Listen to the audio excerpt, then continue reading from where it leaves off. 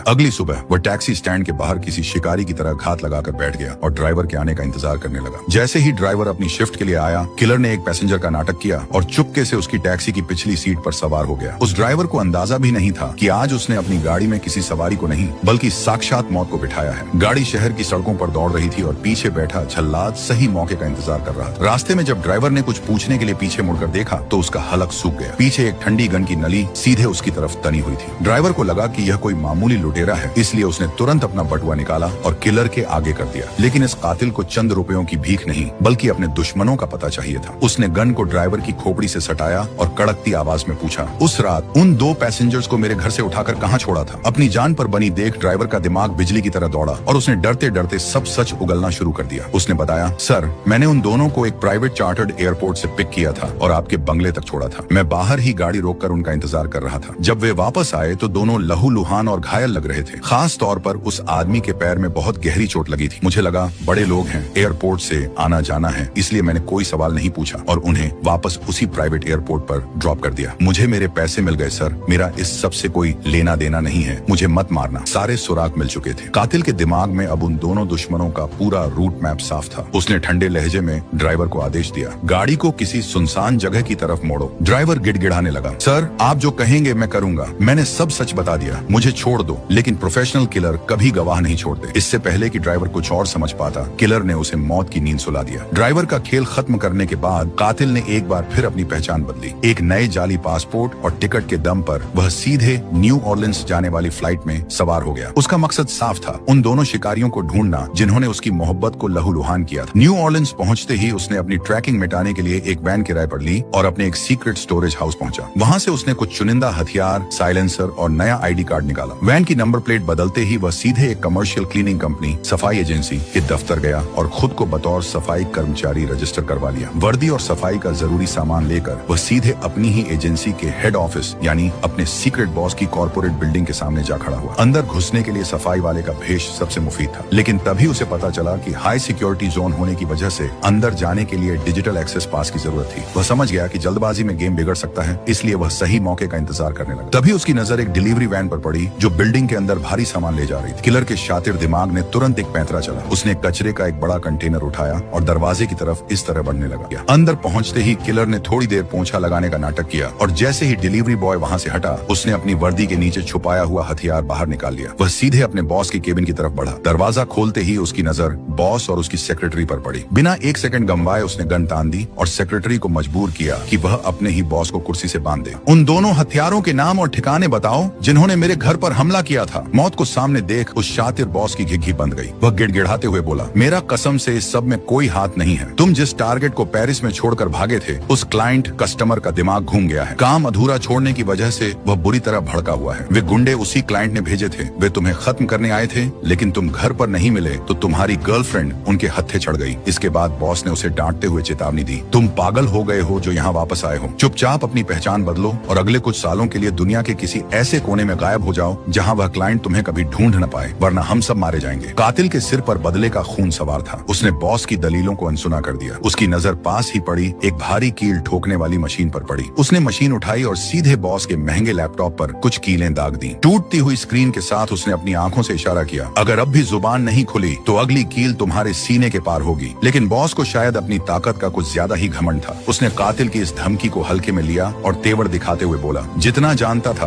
बता दिया, अब चुपचाप यहाँ से दफा हो जाओ वरना अंजाम अच्छा नहीं होगा। ये सुनते ही कातिल का पारा 7वें आसमान पर पहुंच गया। उसने बिना एक पल गंवाए नेल गन का ट्रिगर दबाया और सीधे बॉस की छाती पर ताबड़तोड़ कीलें ठोक दी। बॉस दर्द से कराह उठा। कातिल ने अपना फोन जेब से निकाला और उसकी आंखों में आंखें डालकर बोला, उन दोनों हमलावरों के नाम बताओ वरना एम्बुलेंस को कॉल नहीं करूंगा। तड़प तड़प कर यहीं दम तोड़ दोगे। लेकिन बात बहुत आगे निकल चुकी थी। चोट इतनी गहरी थी कि वह बूढ़ा बॉस बिना कोई राज उगले कुछ ही सेकंड में ढेर हो गया। कातिल निराश था क्योंकि उसका सुराग मिट चुका था। उसने ठंडे दिमाग से सोचा कि अब गवाह के तौर पर इस सेक्रेटरी को भी ठिकाने लगा देना चाहिए। लेकिन वह औरत बेहद चालाक थी। उसने कातिल की आंखों में मौत का इरादा भांप लिया और तुरंत एक हैरान करने वाली डील सामने रखी। वह कांपती आवाज में बोली, मैं जानती हूँ तुम मुझे जिंदा नहीं छोड़ोगे, लेकिन मेरी एक शर्त है। मेरी मौत को एक हादसा दिखाओ और मेरी लाश को ऐसी जगह छोड़ना जहाँ वह मेरे परिवार को आसानी से मिल सके। ऐसा करने से मेरे बच्चों को लाइफ इंश्योरेंस बीमा का पैसा मिल जाएगा। इसके बदले मैं तुम्हें उन दोनों कातिलों की असली पहचान और पूरा पता दूंगी। अपने बच्चों के भविष्य के लिए उस औरत की यह आखिरी ख्वाहिश देखकर कातिल इस सौदे के लिए राजी हो गया। उसने औरत की रस्सियां खोल दी और फिलहाल के लिए उसे छोड़ दिया। इसके बाद उसने बॉस की भारी लाश को एक प्लास्टिक में लपेटा, उसे उसी कचरे के बड़े कंटेनर में डाला, दफ्तर से खून के सारे निशान साफ किए और सेक्रेटरी के घर की तरफ चल पड़ा। रास्ते में मौत को इतने करीब देखकर उस औरत की हिम्मत जवाब दे गई। वह रोते हुए अपनी जान की भीख मांगने लगी। तुम जो कहोगे मैं वो करने को तैयार हूँ, प्लीज मुझे मत मारो। लेकिन कातिल के चेहरे पर कोई भाव नहीं था। जैसे ही वे उसके घर के गैराज के पास पहुंचे, औरत ने खुद को बचाने के लिए पूरी ताकत से चीखना शुरू कर दिया ताकि कोई पड़ोसी उसकी आवाज सुन सके। लेकिन उस सुनसान इलाके में उसकी आवाज सुनने वाला कोई नहीं था। कातिल ने फुर्ती से उसे दबोचा, गैराज का दरवाजा खोला और गाड़ी को अंदर कर दिया। मौत का समय करीब देखकर औरत ने आखिरकार दोनों हमलावरों का नाम उगल दिया। साथ ही उसने अपनी दराज से गुप्त पोस्ट कार्ड निकाला जिस पर उस असली मास्टरमाइंड क्लाइंट का पता लिखा था जिसने इस खूनी खेल का ऑर्डर दिया था। अपना सुराग हाथ लगते ही कातिल ने अपने सौदे का आखिरी हिस्सा पूरा किया। उसने बिना कोई दर्द दिए झटके से उस औरत की गर्दन मरोड़ दी और लाश को सीढ़ियों से नीचे धक्का दे दिया ताकि पुलिस को यह महज एक घरेलू एक्सीडेंट लगे और उसके मासूम बच्चों को इंश्योरेंस के पैसे मिल सके। सेक्रेटरी के घर से निकलने के बाद कातिल सीधे अपने खुफिया स्टोरेज यूनिट पहुंचा। सबूतों को पूरी तरह मिटाने के लिए उसने अपने बॉस की लाश को वहीं जलाकर खाक कर दिया। अगली सुबह उसने एक सुनसान पुल पर जाकर उस बची खुची राख को हवा के हवाले कर दिया ताकि किसी को भनक तक न लगे। उस रात उसने किराए की वैन को अंदर बाहर से अच्छी तरह साफ किया, नकली नंबर प्लेट को ठिकाने लगाया और अगले दिन उसे रेंटल कंपनी को वापस सौंप दिया। अब उसकी राहों के सारे कांटे साफ थे और उसकी मंजिल थी फ्लोरिडा, जहां उसकी गर्लफ्रेंड को टॉर्चर करने वाले दोनों शिकारी छिपे बैठे थे। फ्लोरिडा पहुंचकर उसने अपनी रणनीति बनाई। उसने तय किया कि पहले वह उस मर्द कातिल को ठिकाने लगाएगा और फिर उस औरत की बारी आएगी। उसने पोस्ट कार्ड के पते का पीछा करते हुए उस मेल किलर के ठिकाने की रेखी शुरू की। घर के बाहर कुछ लोग एक पालतू कुत्ते के साथ वक्त बिता रहे थे। कातिल की नजरें घूमते हुए अचानक उनमें से एक शख्स पर जाकर टिक गईं। वह चलने में थोड़ा लंगड़ा रहा था। यह वही पैर की चोट थी जिसका जिक्र उस टैक्सी ड्राइवर ने किया था। शिकार की पहचान हो चुकी थी। पूरा दिन वह बाज की तरह घर के बाहर मंडराता रहा। शाम ढलते ही उसने देखा कि वे लोग पास के कसीनो की तरफ निकल पड़े हैं। कातिल ने साए की तरह उनका पीछा किया और कसीनो के अंदर भी उन पर पैनी नजर रखी। रात के करीब 12 बजे वह लंगड़ाता हुआ किलर आखिरकार अकेला अपने घर लौटा। बदले का काउंटडाउन शुरू हो चुका था। कातिल दबे पांव अहाते के अंदर दाखिल हुआ, लेकिन तभी रखवाले कुत्ते ने उसे देख लिया और जोर जोर से भौंकने लगा। कातिल ने तुरंत अपनी जेब से नशीली दवा, मिला हुआ गोश्त का टुकड़ा उसकी तरफ फेंक दिया। कुछ ही पलों में कुत्ता गहरी नींद सो गया। रास्ता साफ होते ही कातिल जैसे ही घर के अंदर घुसा, अचानक अंधेरे से उस लंगड़े किलर ने उस पर जानलेवा हमला कर दिया। दरअसल वह भी एक प्रोफेशनल था और उसे अच्छी तरह अंदाजा था कि पेरिस वाला शिकारी अपना बदला लेने यहाँ जरूर आएगा। दोनों के बीच हड्डियों को तोड़ देने वाली खूनी जंग शुरू हो गई। मुक्के, लातें और जो हाथ में आया वे एक दूसरे पर वार करने लगे। कमरा अखाड़ा बन चुका था, लेकिन जब कातिल उस पर भारी पड़ने लगा और उसका गला दबोचने लगा तो लंगड़े किलर ने हार मानते देख तुरंत अपनी गन निकाल ली। जान बचाने के लिए कातिल फुर्ती से पास के एक बेडरूम में घुस गया और अंदर से दरवाजा लॉक कर लिया। बाहर पैर पटकते दुश्मन को भड़काने के लिए कातिल कमरे के अंदर से ही गरजती आवाज में चिल्लाया, जॉन, मैं तुम्हारा असली नाम जान चुका हूँ। हिम्मत है तो आ जाओ अंदर, मिटा दो अपने खिलाफ सारे सबूत। जॉन ने भी उसका चेहरा देख लिया था, इसीलिए वह अब उसे जिंदा छोड़ने का जोखिम नहीं ले सकता था। गुस्से में पागल जॉन गन ताने जैसे ही दरवाजे की तरफ बढ़ा, कमरे के अंदर छिपे कातिल ने दरवाजे के आर पार गोलियां दाग दी। लकड़ी के दरवाजे को चीरती हुई गोलियां सीधे जॉन के सीने में जा धसी। गोलियों की गूंज से सो रहा कुत्ता हड़बड़ाकर जाग उठा। वह अपने मालिक को बचाने के लिए अंदर की तरफ भागा। कातिल ने फुर्ती से कुत्ते बंद कर दिया। सबूतों और जॉन के वजूद को राख करने के लिए उसने एक जलता हुआ पेट्रोल बम घर की तरफ उछाल दिया। पल भर में पूरा बंगला आग की लपटों से घिर गया और एक जोरदार ब्लास्ट के साथ जॉन की कहानी हमेशा के लिए दफन हो गई। अब बारी थी उस खूनी खेल की दूसरी हिस्सेदार यानी टेरेसा की। कातिल ने तुरंत अपनी पहचान बदली और न्यूयॉर्क जाने वाली अगली फ्लाइट पकड़ ली। न्यूयॉर्क के आलीशान माहौल में कदम रखते ही उसने एक गाड़ी किराए पर ली और सीधे टेरेसा के पौश इलाके वाले ठिकाने पर जा पहुंचा। वह चील की तरह आंखें गड़ाए पूरे दिन सही मौके का इंतजार करता रहा। रात ढलते ही उसने देखा कि टेरेसा सज धज कर एक बेहद महंगे रेस्टोरेंट की तरफ निकली है और उसके साथ एक रईस आदमी भी है। कातिल साए की तरफ पीछे हो लिया। जैसे ही वह आदमी टेरेसा को छोड़कर वहां से निकला, कातिल ने सीधे रेस्टोरेंट के अंदर एंट्री मारी और उसकी टेबल के सामने जाकर बैठ गया। टेरेसा ने जैसे ही उसकी ठंडी आंखों को देखा, वह भांप गई कि मौत उसके ठीक सामने टेबल पर बैठी है। घबराने के बजाय उसने वेटर को इशारा करके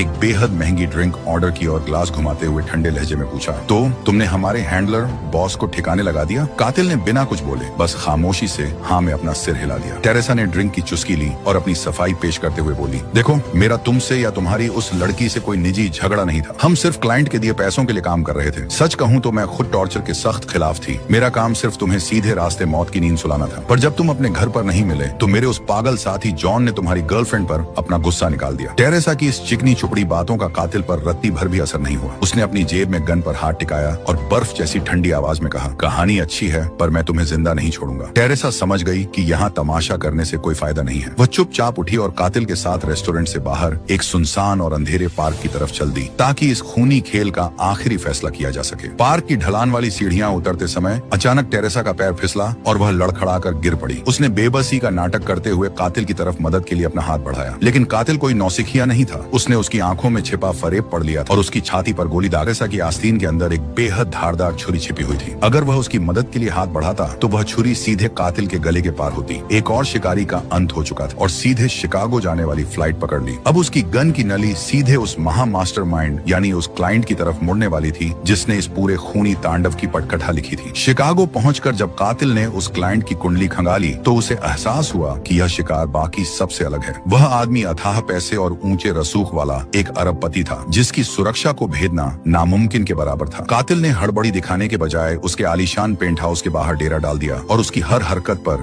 बाज जैसी नजर रखने लगा। एक सुबह जैसे ही वह रईस अपनी गाड़ी लेकर गैराज से बाहर निकला, कातिल एक आम राहगीर की तरह टहलता हुआ फुर्ती से गैराज के अंदर घुस गया, लेकिन आगे का रास्ता ब्लॉक था। अंदर का मुख्य दरवाजा एक हाईटेक डिजिटल लॉक से बंद था। कातिल ने बिना देर किए उस ताले की एक क्लियर फोटो ली और तुरंत डार्क वेब पर उसकी तकनीक को डिकोड करने में जुट गया। इस अभेद्य सुरक्षा को तोड़ने के लिए उसने एक स्पेशल की कार्ड क्लोनिंग डिवाइस ऑर्डर किया। डिवाइस के डिलीवर होने तक उसने अपने सारे सेफ हाउस और बैंक अकाउंट्स खंगाले और अपनी पूरी दौलत एक सुरक्षित मुल्क में जेफरसन नाम के एक बेनामी अकाउंट में ट्रांसफर कर दी ताकि इस मिशन के बाद उसका कोई नामो निशान न बचे। इसके बाद उसने ब्लैक मार्केट के एक लोकल डीलर से कुछ बिना नंबर वाली बंदूकें खरीदी। जैसे ही उसका क्लोनिंग डिवाइस आया उसने अपना खेल शुरू कर दिया। वह क्लाइंट जिस आलीशान गगनचुंबी इमारत में रहता था, कातिल ने उसी फ्लोर के वीआईपी जिम का एक सेशन बुक किया। वहाँ उसने चालाकी से एक सफाई कर्मचारी का वर्कर पास चुराया और अपने क्लोनिंग डिवाइस से उसका एक हूबहू डुप्लीकेट की कार्ड तैयार कर लिया। उसी शाम वह उस फर्जी कार्ड की मदद से सुरक्षा घेरे को चीरता हुआ सीधे उस अरबपति क्लाइंट के बेडरूम में जा धमका। अचानक एक अनजान शख्स को हाथ में गन लिए अपने सामने देख क्लाइंट के होश उड़ गए। वह घबराकर चिल्लाया, तुम कौन हो